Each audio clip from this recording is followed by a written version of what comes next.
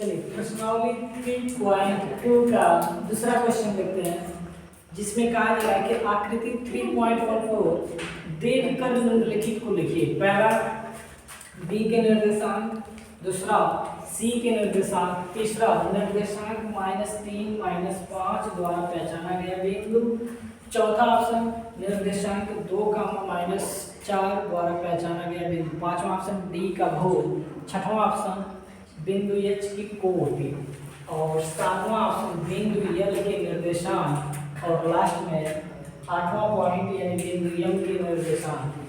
चलिए देखते हैं, यानी 8 ऑप्शन दिया गया और आकृति यहाँ पे बनाया गया है। इसी आकृति से सबका मान निकालना है। तो पहला चलिए देखते हैं कैसे निकालेंगे। तो सबसे पहले बी के निर्देशांक, तो बी का निर्देशांक चलिए यहाँ से निकालते हैं। फिर बी किसको किसको शो कर रहा है, तो यहाँ पे देखेंगे बी -5 को और किसको 2, यानी हम लिख सकते हैं -5, 2 किसका मान है, तो बी का, यानी बी का निर्देशांक हो जाएगा, यहीं पे लिख दे रहे हैं, क्या इसको अलग से सॉल्व किया जाए, -5, 2। पहले x का मान लिखते हैं फिर y का मान लिखते हैं, ठीक है। इसी प्रकार बिंदु C का निर्देशांक निकालते हैं। C कहाँ पर है, तो देखेंगे यहाँ पे नीचे मिलेगा, इसमें x का मान कितना दिया है 5, y का मान तो -5। ये -5 क्यों होगा, तो मैंने बताया था इसके जस्ट पहले वाले सवाल में कि इस मूल बिंदु से नीचे जब आएंगे y अक्ष पे तो माइनस में जाता है। इधर x का मान क्या होता है प्लस, तो ये प्लस यानी 5 हो जाएगा और ये माइनस में 5 हो जाएगा, यानी बिंदु C के निर्देशांक जो होगा वो 5, -5 और ये आपका आंसर। यहाँ पे भी आंसर लिखेंगे, ठीक है।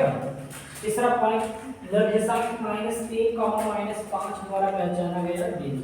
तो चलिए देखते हैं, -3, -5 यानी वो बिंदु E है। देखिए E का मान क्या होगा, तो -3, -5 होगा। तो यानी यहाँ पे ये वाला बिंदु का निर्देशांक यहाँ पे दिया गया और यहाँ पे पूछा जा रहा है कि किसके द्वारा, 21 बिंदु के द्वारा मतलब निर्देशांक है। तो निर्देशांक -3, 5 इसके द्वारा पहचाना गया बिंदु हमारा क्या हो जाएगा E, यानी बिंदु E भी लिख सकते हैं या फिर E भी लिख देंगे, तभी ये आपका आंसर हो जाएगा, ठीक है।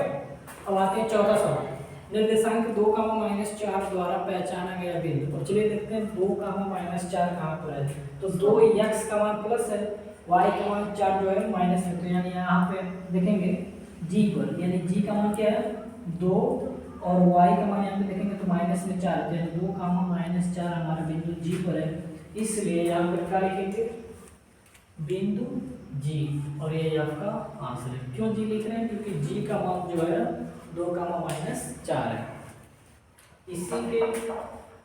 इसके अलावा चले देते हैं पांचवा डी का भुज। पहले भुज और कोट का मतलब समझ लीजिए। जैसे मान लीजिए यहीं पे है तो पहले x का मान देता है फिर y का मान।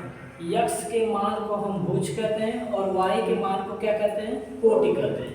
तो हमको ये बतलाना है कि d का भुज कितना है, तो बिंदु d पर हम पहले निर्देशांक देखेंगे और उसमें x का मान को चेक करेंगे कि कितना है। तो बिंदु D कहाँ है, तो बिंदु D यहाँ पर है और x के मान को कितना शो कर रहा है 6 80 है ना। तो यानी D का जो भुज होगा वो हमारा 6 होगा, ठीक है। इसी क्रम में छठवां देखते हैं, बिंदु H की कोट यानी y का मान पूछा जा रहा है। तो ये H कहाँ पर है, यहाँ पर, और ये वाला जो है किसको शो कर रहा है y पे -3 को, यहाँ पे क्या लिखेंगे -3 और ये हमारा क्या हो जाएगा कोटि का मतलब y का मान, भुज का मतलब होता है। चलिए सातवां देखते हैं, बिंदु यल के निर्देशांक। यल कहाँ है, तो यल देखेंगे यहाँ पर है और ये मतलब -5 को शो कर रहा है। तो देखेंगे y का मान तो 5 है, सॉरी -5 को नहीं सिर्फ 5 को शो कर रहा है। यहाँ पे y का मान तो 5 हो गया, लेकिन ना ही तो ये इधर बड़ा ना ही तो इधर बड़ा, इसी लाइन पे बिंदु है, तो इसलिए यहाँ पर x का मान क्या हो जाएगा 0।